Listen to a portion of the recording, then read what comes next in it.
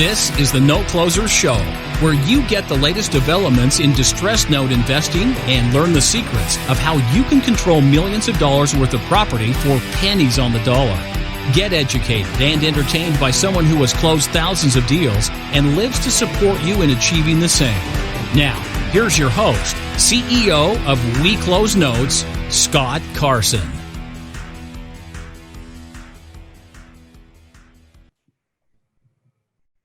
Good morning, good afternoon, good evening, everybody. Welcome to this episode of the Note Closer Show. As always, Scott Carson, excited to be here today.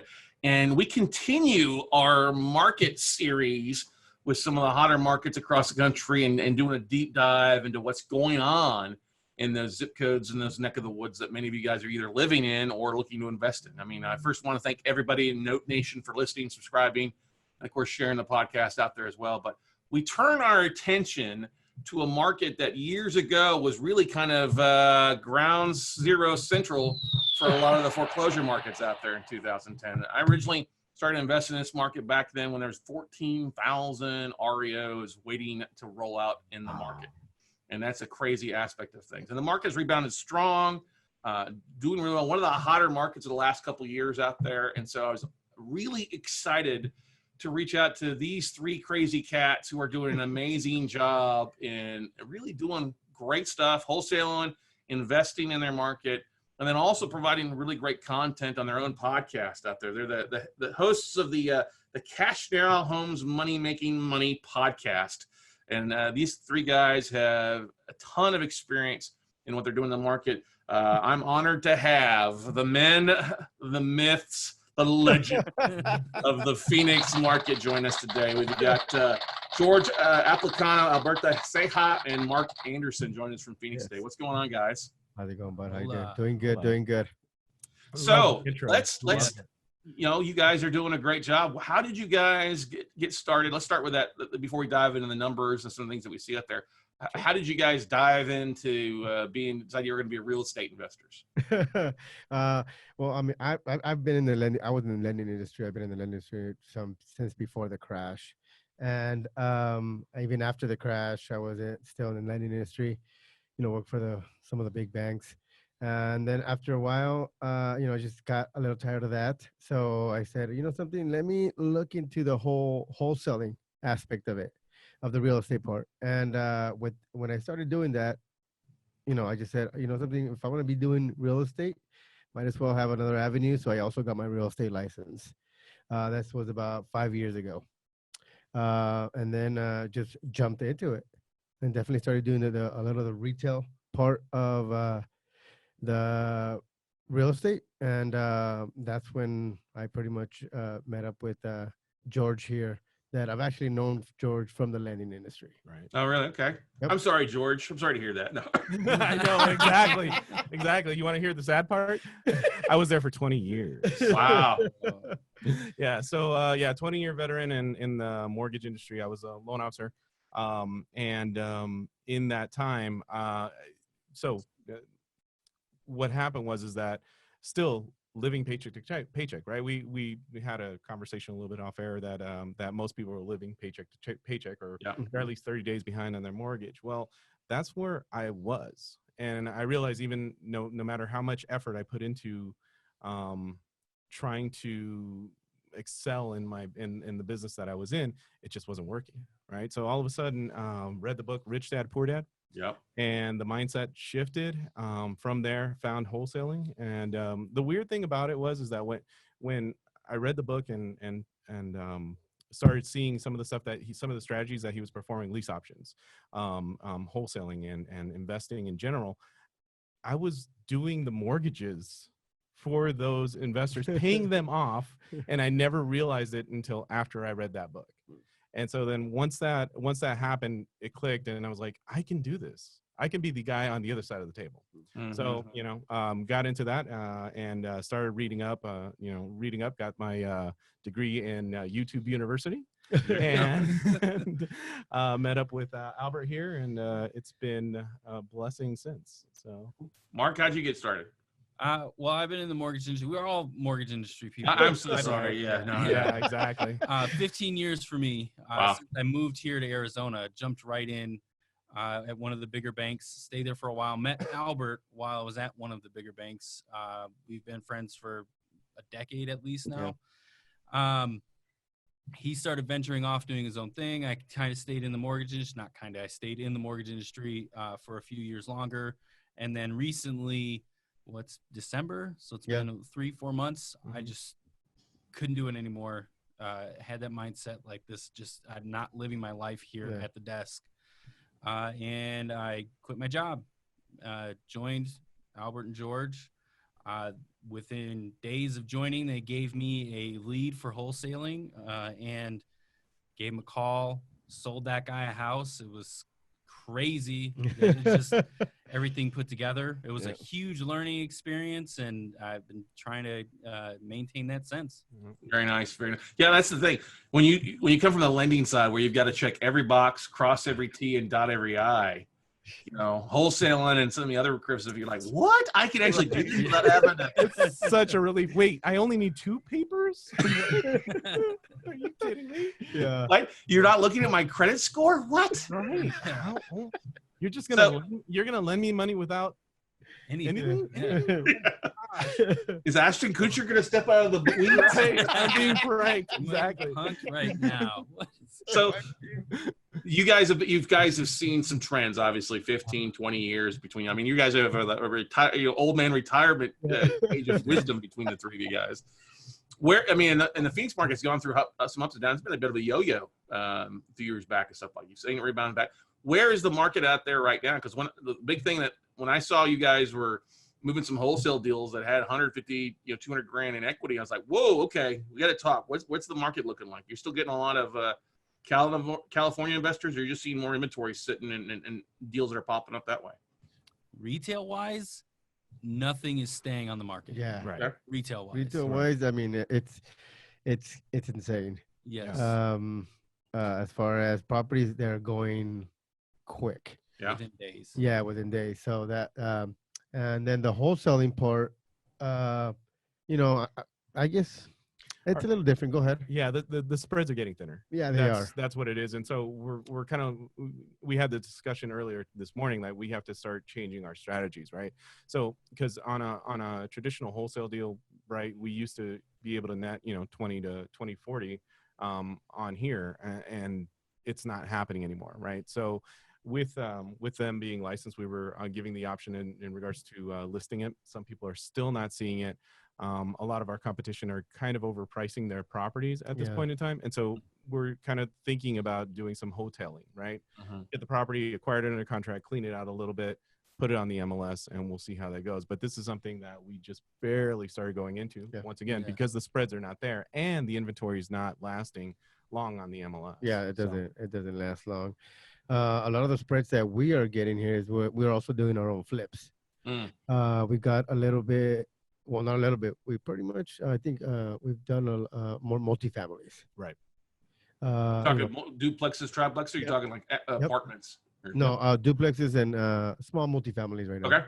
Yeah, and that's where we've seen the bigger spreads. Yeah.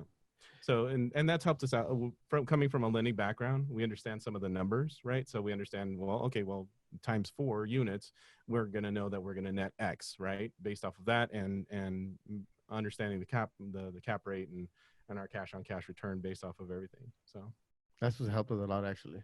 Yeah, the multifamily. Yeah, that makes a lot of sense out there. So days on market, very, very small, less than 30 days of it, or less than 3 months of inventory on the MLS for the most part. Yes. Yeah. Oh yeah. Are you seeing an increase, kind of the opposite side? Are you seeing some of the higher priced markets? Because I know you're probably seeing stuff that first time home buyer 0 to 300 is probably moving real above. Yeah. Are you seeing stuff that's like in the higher range, the $500,000s or higher, starting to lag a little bit? Actually, so here's the funny, inside of our investment community that we have a big investment community. A lot of our investors here, they're now moving. The average sales price of a home right here is about $275. Okay. And before, they were avoiding properties anywhere between the 400, 500 range. Okay. And so since the spreads are narrowing now and a lot of the inventory is now gone, especially for that 300 price range and below, now a lot of the investors are starting to move to that market where it's the 400, 500 range and trying trying to make those flips happen in the less than $1 million range. Yeah. Does that make sense? Totally does. Yeah. They're just up and again because there's inventory there. But Right. we all know it's a different type of rehab. Yes, it is. Right. Not only Yeah. that, yeah, it's a different type of rehab. It's a different type of retail as well too. I mean, you don't have your regulars. Everybody, like you said, first time home buyers and all that stuff, buying a $400,000 or $500,000 home. So yes, it's totally different. Right. Are you guys with your investors out there? Are you seeing starting to see some more short sales hit the MLS and some things like that, like in some other parts of the country, or it's pretty small? No, yeah, it's still pretty small. Honestly, I don't see one or two maybe, but no, I haven't really seen that many. And even those, I mean, those are going like quick too. When you do Yeah. see, A trend obviously that, the price that they put. a trend that I am seeing on the MLS though is properties that need a little TLC. Like it's a good structurally bones wise, but it's the hotel. Yeah, that's the hotel. Yeah. Yeah, that's. I think we're seeing that in different parts of the country for the most part. We don't see much here in Austin, but people are always, you guys get an influx of those crazy Californian investors coming over there because they, Oh my God, for $500,000 they can buy 4 places for their sell their shack. Yeah, a lot of times they come in here like, oh yeah, we're selling a property. We just sold a property and we just move over here. Like, oh my God, you're gonna get a big house over here then. Right. Yep. And then they buy all cash. So then that, that throws a lot of other borrowers out of the market. Right? Yeah. Yeah, exactly.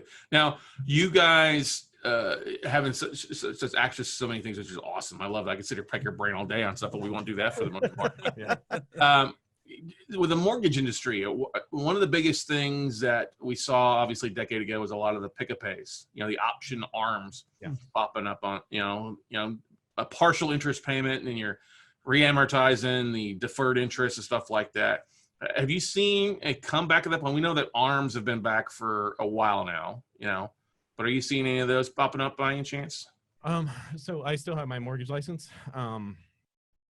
The answer is no. I haven't seen any pick-a-pays. Not that many, but I've seen a decrease in regards to FICO score requirements. So before it was a 660 FICO score, 680 FICO score for a 5% down or something like that. Now they've brought it down to 640. There's a couple of lenders out there at 600 that are willing to lend out, almost 100% of the property, and there's not really much of a requirement other than that. If you have a job and you have a really bad credit, they'll lend it to you. So those are kind of the things that I've seen. And then some very unique products, right? So for self-employment where they use the 12 months bank statements or 24-month bank statements. Those are the kind of unique ones where I've seen where they'll do some interest only, or they'll do like a 5-year arm or something like that. No negative M's yet. No negative amortizations yet. Not yet. Not yet. Not yet. Not yet. Yeah. And Somebody on Wall Street's thinking about it, though. Right? It's coming, right? Well, and that's my question. I mean, I think not doing those, I mean, obviously, no matter what, I think there's going to be a correction. Yeah. But I think if we avoid the negative M's and all that, those really, really, really, really subprime ones, I think we won't have a big of a bubble as we did in 2008. Yeah, I think the big thing back then was everybody's like, "Oh, my value is going to constantly keep going up. It's never going to be 125% LTV. Never, Exactly. Now, are you seeing too a lot of people, because you guys you've got this kind of similar market price range that we have. Are you seeing people moving more to the outskirts of Phoenix and some of the outlying areas there, investing in those neck of the woods? They don't mind waiting 30, 40 minutes in traffic? Yeah, I mean, I don't know so much about investing. I know retail, more bang for your buck. Actually, you get that here in the outskirts. So I do see a lot of retail doing that. Yeah, here in Phoenix, it's funny. The way that the market is that we don't move up. We move sideways. So but we don't build up higher. We don't build these big skyscrapers. We don't have these huge condominiums or anything like that. We keep on going outwards. And so what happens is that before, from end to end, from the central Phoenix, it used to be a 35 minute drive. Now we're looking at 45 minutes to an hour from end to end. Yeah. Right. So I mean, the outskirts are being bought up. I think that it's primary residences that are being acquired right now. And it's all retail. We're getting an influx of people just moving here. They said, what is it? One in 3 people that move here are from California. Yeah. So, you know, a third of our population is from California, moving here every single year. I'm so sorry. No. We got to give big love to our California listeners. Right, exactly. All the Dodger fans are coming over here. Oh, I'm so Right? sorry for that. Yeah, me too. You're a big baseball fan, so. I'm a big baseball fan, but I'm a Giants fan for all places. Really? Oh, wow. Right on. Yeah. I grew up loving Barry Bonds. Hopefully he gets in the Hall of Fame next year. But anyway, so, you know, the Dodgers may have won 7 pennants straight, but they still have no ring to show for it. Yeah, exactly. One was stolen from them. Yeah, whatever. That's a whole other thing. Now, you guys get a lot of influx of people moving there for the warm climate too. Have you guys seen an increase in like probate leads or you know, properties where people? I know you guys have a lot of probably elder care facilities popping up all left and right. Oh, that's a big thing here. Yeah. Yeah. So yeah, there's a huge niche for assisted living out here. Assisted living. Yeah, and we have a ton of investors that are just constantly looking for inventory for people that even homes that don't fit the criteria that can be built to fit.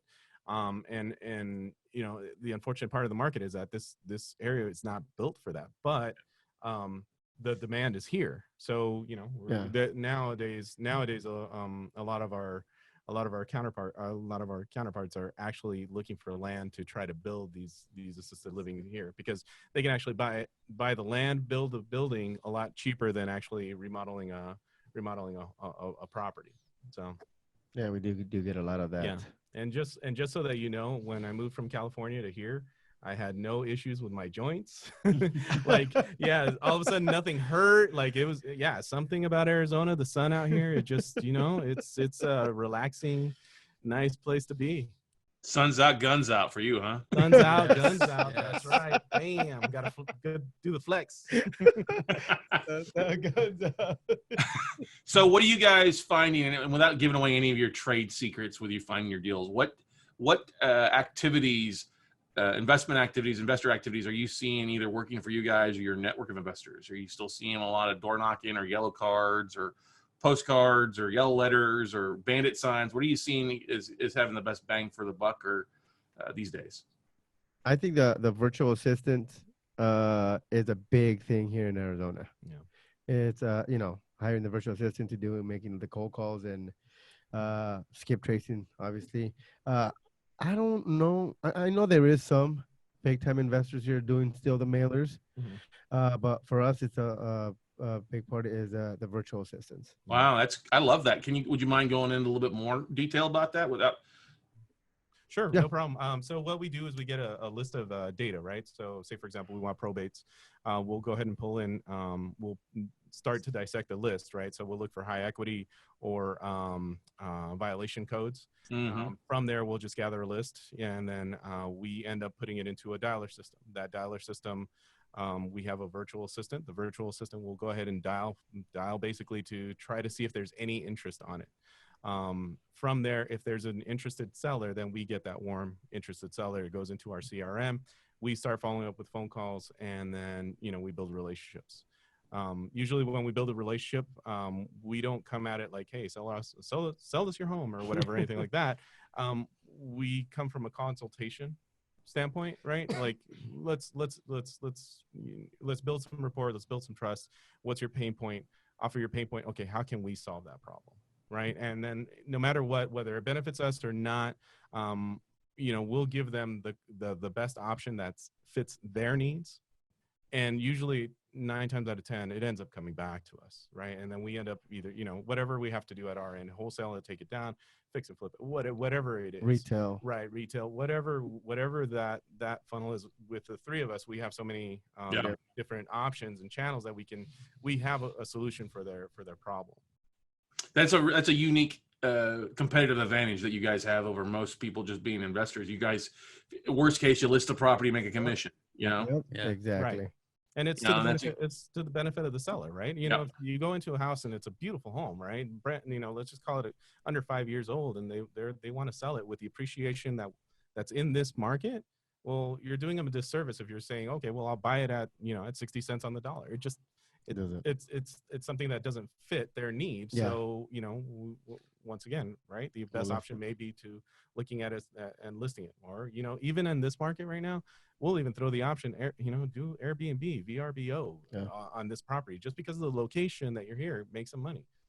From the most part, most people are kind of reluctant to do that, but we'll give them those the options. option. At least we know we did everything on our end to give them all of the information that they have so that they can make an educated decision. It's getting a lot harder for us to just say, for the opportunity to say that, no, we can't help you. Yeah. Mm-hmm. Right.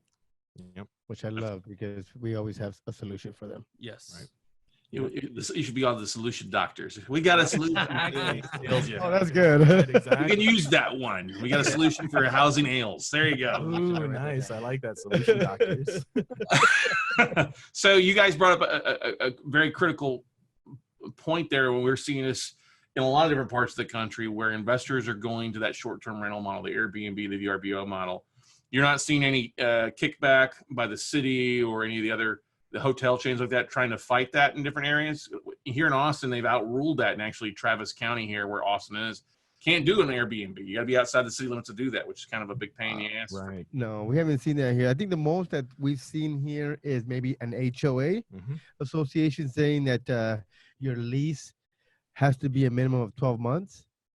But even then, it's kind of hard for them to go in there and say, oh, okay, well, we've only seen these people for 2 weeks. Right. So I think that's the biggest hurdle, but in reality, it's not really a hurdle because people are still doing it. Right, exactly. And even to get around that, right, for an HOA, so, okay, great, we'll take out your property and we'll do a long-term lease, 24 months against us, and then we Airbnb it. Yep.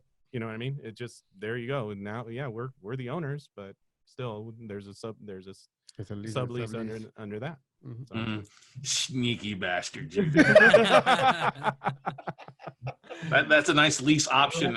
Are you seeing like lease options taking place in some cases out there? Because I think we highlighted a little bit earlier with stuff like that. People coming in and doing that aspect of things and putting a down payment and then having a percentage of their lease going towards their purchase price.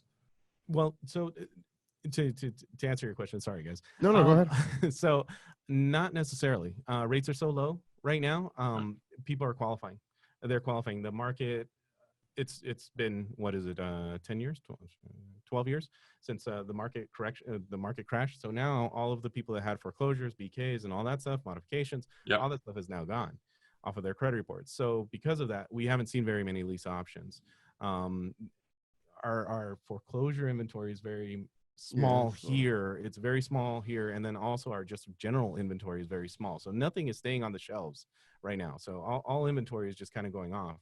The benefit that we have, that the advantage that we have versus anyone else, is that since we're going direct to seller, there's our competitive edge, right? So we can, since we have all of these tools available to us, that's the one thing that sticks out from everyone else. We're able to call the seller, get the relationship, and solve their problem. Right? Be the solution doctors. Yeah. I think my royalties kicking in on that one. Right? I think we're more like doing the lease options and stuff that we're trying to get into ourselves. Yeah. So there are wholesalers here though in our market that's all they specialize in. Yeah. Right. Yep. Yeah. It's just not a lot. Yeah, exactly. It's very, very minimal people that are doing that. Yeah. Good times. Yeah, that's the thing. I was going to ask the next question. Have you guys putting a community there together of investors, stuff like? Do you ever get anybody upset that you were able to make a solution happen for the bar and they weren't able to? You ever see any of that flashback? So, well, actually, the funny thing about that is that our buddies, we have a very unique community here. Yeah. We've all done business together. A lot of collaboration. Yeah, a lot of collaboration. We've all done business together, and a lot of the wholesalers and investors here, I've done business with all of them. Yeah. And the funny thing is that there's been deals where I'm like, hey, I can't do this one. I can't do this one, and I can't figure out how else we can solve it. There was a guy under foreclosure, had very little equity, had 25 grand of equity. It was in a 55 plus community. Boom. We got on the phone with four different investors to try to figure out a way to do it. We were going to do we were going to do a wrap around it. And then at the end of the day, just the numbers didn't make sense because all of a sudden he was so underwater that to pay off the late fees plus the late payments and everything else to reinstate the loan, it was just going to be too much.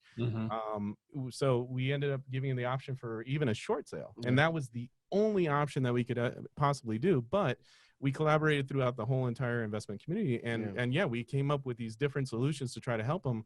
And at the end of the day, it was him that didn't. It was him. So you can't blame us on it. It was him. But we do have a very, very good community here of the wholesalers and investors. It's a lot of collaboration here. Right. A lot of collaboration. That's a great thing here, because no matter what, the thing is that when we get a deal and we don't know what to do with, we have the community that we have. We can easily take it to them without us thinking, well, they're gonna take it from us. Right. You know what I'm saying? They are so like, oh no, let's see what we can do to help you guys out with this. Right. And then that goes back to the mindset, right? We're not of a scarcity mindset.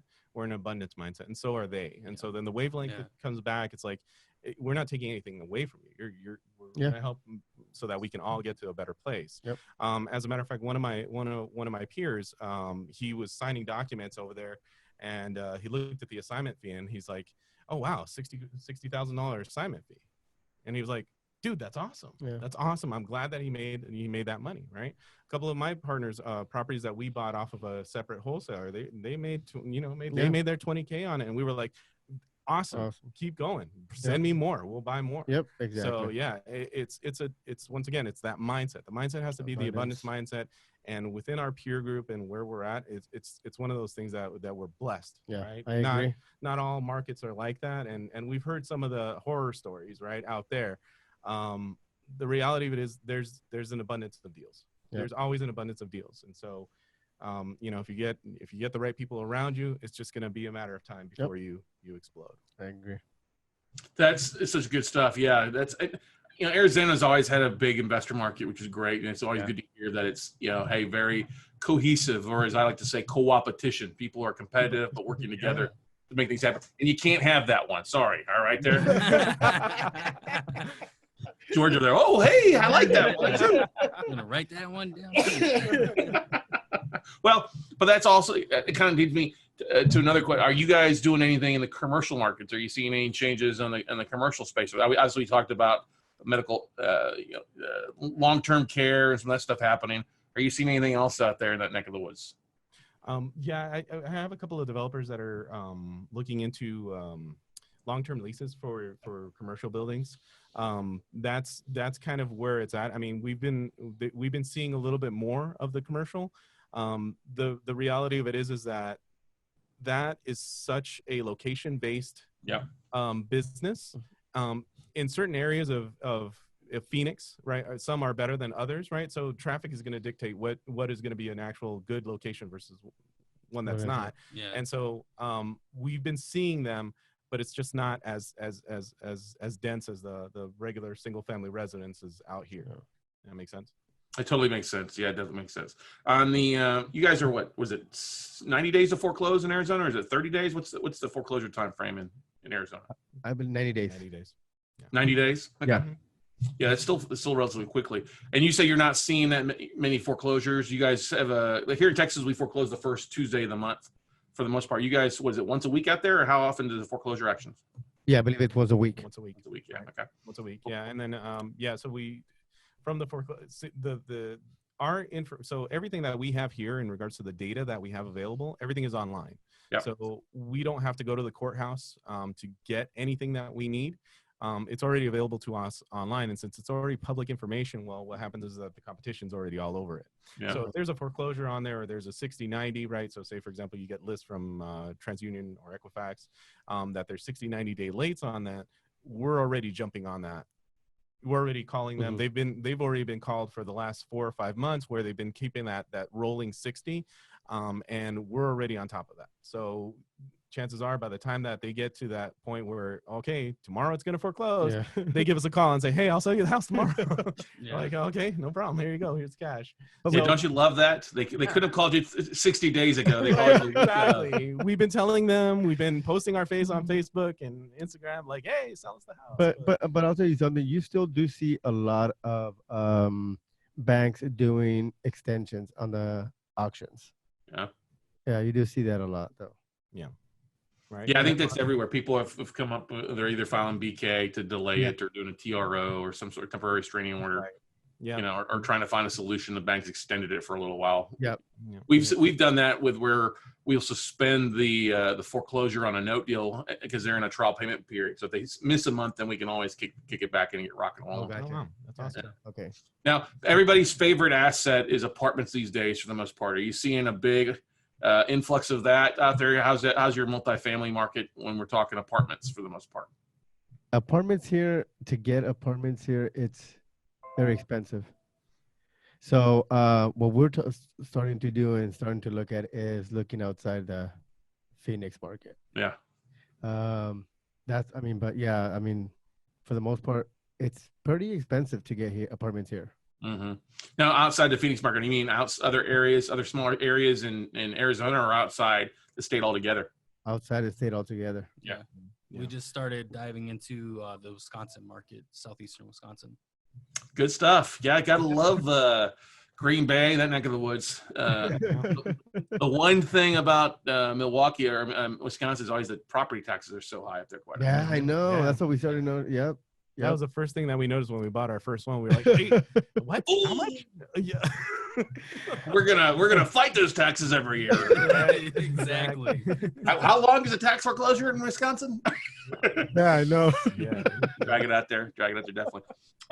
You guys, we talked about a lot of influx in from California and probably getting Southern and Northern California people coming in, trying to keep up with affordability, because it's still an affordable market compared to everything in your next door neighbor out there for the most part.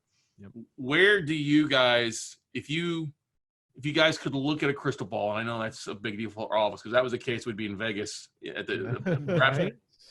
Where do you think things are going to go now? And I ask this because you guys have such a different background, and you've got a great mix of being a realtor and mortgage broker and understanding the investor market. Where do you think the market's going to go for Phoenix here in, let's say, the next 24 to 36 months? Ooh, 2-3 years. I personally think there's going to be a correction here pretty soon. Okay. Within that time frame. I don't, like I said earlier, I don't think it's going to be like it was back in 2008, because we don't have all those negative AM programs. You get into not pay interest, not pay anything. I don't think it's going to be that big. That's where I think it's gonna head to. Mm-hmm. But I don't think it's gonna be like 2008. Mm-hmm. So a lot of our peers, and including us as well, we're going to be sitting on cash, right? And there's a reason for that. We expect that the market's going to do a correction. Doesn't mean that we're not buying, and we're not going to, we haven't stopped buying. It's just a matter of we're being a little more careful in regards to what we purchase and how we purchase it. We're doing more due diligence on it to make sure that it's the right property that fits what we need on it. And things like that. Really, yeah. Is there a correction going to come? Yeah, we don't know when. A lot of people say, well, Trump is still in office, and if he's going to continue on, things are going to continue, right? A lot of people say the opposite. The answer is, I don't know, right? The only thing we can do is protect what we can and what we can, whatever's in our ability, right? Yep. So control what we can control, right? So, okay, well, we'll just do a little more due diligence on what we buy, be careful on what we buy, and sit in a little more cash. So when the properties come back and they're cheaper, boom. Yes. Exactly. Boom. Cha-ching on that. There you go. Exactly. Mark, do you want to add anything to that? These guys will think I'm insane, but I don't think it's going to be as soon as 24 to 36 months with the correction. I think that we'll see a downtick in interest rates on mortgages to make things a little bit more affordable. The UK is already giving 10-year notes at 0% interest. I see a direction, or I think that a direction we're going to head the same way. I love that. Look at Especially the after international monetary policy guy there. That's awesome. That's good stuff. That's why all three of us get along. Right? So that's the reason why. You can agree to disagree in a circle. Right, there. exactly. Cards, right? Now, what's the thing I always like to ask, like I just did. So, where do you think the market's going? But you guys have already talked about diving outside of other markets. looking at different things out there. What made you choose the Wisconsin market? What made you kind of look at that aspect compared to others? Right now, yeah, because we It's got all him. boots in the Yeah. ground. Okay. We got a realtor, we got everything over there, and we got Mark. He's the local. I actually grew up in Wisconsin, the area that we're trying to invest in. So I know some of the areas a little bit more detailed than if we just picked one off of a dartboard. And the main thing that we're doing in that area is mainly for cash flow, Mm-hmm. buy and hold. Right. Yeah. So yeah, I mean, that was my thing, is the numbers. I was like, wait a second, so we can buy a property at $60,000 and then all of a sudden rent it at, you know, $1,200 every single month. Yeah. I'm in. So You know, why not? Why not? that's our But strategy there. this is also our, you know, our we've come up to our goals collaboratively is to have financial freedom. Yep. Okay? At the end of the day is that, you know, I want to travel a bunch, and you know, I don't want to have to worry about where The next our paycheck coming. next paycheck is coming from, right? So that was the initiative, to go ahead and go out there and let's start cash flowing on these properties. So Yes. you look at those numbers, you're like, okay, so then even if the taxes are high out there, we could still make it work, right? And there's all kinds of different strategies that you could use out there, but just in general, that number, your rate of return is insane. Yeah, Right. the cap rates are good. Yeah, that definitely is, man. That's when you look at it. Speaking of rent rates, is there a rent rate number in Phoenix that is kind of a sign of it's either a rough area of break-ins, or you got to basically avoid? Like, I'll give you an example. Like Columbus, Michigan, anything below $500 is a 2-gun alley. You know, you gotta, We are living in the wild west. So Wild West. But even I guess rents here are getting pretty insane as well. Yeah. And, Oh and god, yeah. right. And like to my point before, since we don't go up and we go out, a lot of the areas that were 2-gun alleys or 2-gun properties, they've been gentrified. Yeah. They're starting, or if not, they're being bought up right now. Yep. Because there's no more market. If you start going to the outskirts are actually being built, right? Yeah, So new now builds. now those are all new builds. So our market, it's a little unique, and there's not a lot of inventory. So everybody's just scooping it up and fixing it up. Yeah. Is there a number though, like monthly rent rate number? It just kind of Like at a 2-bedroom and it's under $1,000. Okay. Yeah. Steer away from it. Okay, that's exactly. That makes sense. It makes a lot of sense there, guys. Well, hey, man, what's the best way for people to tap into you? I mean, you guys are building a community out there as well. I mean, there's been one out there, but you have your own community, follow you and stuff like that. Yep, absolutely. Yeah, we have a monthly meetup. Yep. Monthly meetup with at a local place, and obviously the podcast that we have, we bring on special guests, and we do all those things to try to connect with our investor community out here And help out. Yeah, give back. Right. That was the cue for you to tell me the website where people Go can ahead. find out more information. Well, cnhphoenix.com is our actual website for Cash Now Homes. You can find us on Facebook, Instagram, everywhere else at Money Making Money Podcast. Mm-hmm. There we go. Good job, Mark. Yes, Pick up the slack of those two slackers. Right. I was waiting for him to say it. Yeah, you did the whole like Olay, and then Mark's like, I'm not gonna say it. Sorry, Good stuff, guys. Good stuff. Then I love it. That I was love it. awesome. love it too. Appreciate taking time in your busy schedule, Mark. Thanks for setting us all up, bud. It's amazing what will happen when you start following people on Instagram and real estate and then checking out. And guys, it just goes to show that, you know, connections are you're just one connection away from really expanding your knowledge in the market out there. Do you mind if our listeners reach out to you guys? I'm sure you guys don't.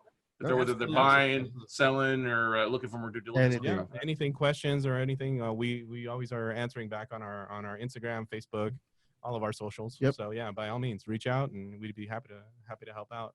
Yeah, and you had a couple pretty sweet wholesale deals on your website. I just noticed too. I think the first one had a nice little spread there for everybody. Absolutely. Hit us up. There you go. Thanks so much, guys. I appreciate so much coming on the Note Closure Show. All right. All right, Thanks. thank you. Thanks, guys. All right, guys. Note Nation out there, you heard it from these wildcatters out there doing some great stuff in the Phoenix market. Market is doing strong. As I said, it's growing out. A lot of opportunity. You just got to know where to look at, and that's what's so great about having a great investor community in a local market to help you avoid you making a dud and then helping you find a deal. So go out, take a look at them, check out their podcast as well, and check out their website, and go out, take some action, buddy. And we'll see you all at the top, everybody. Bye.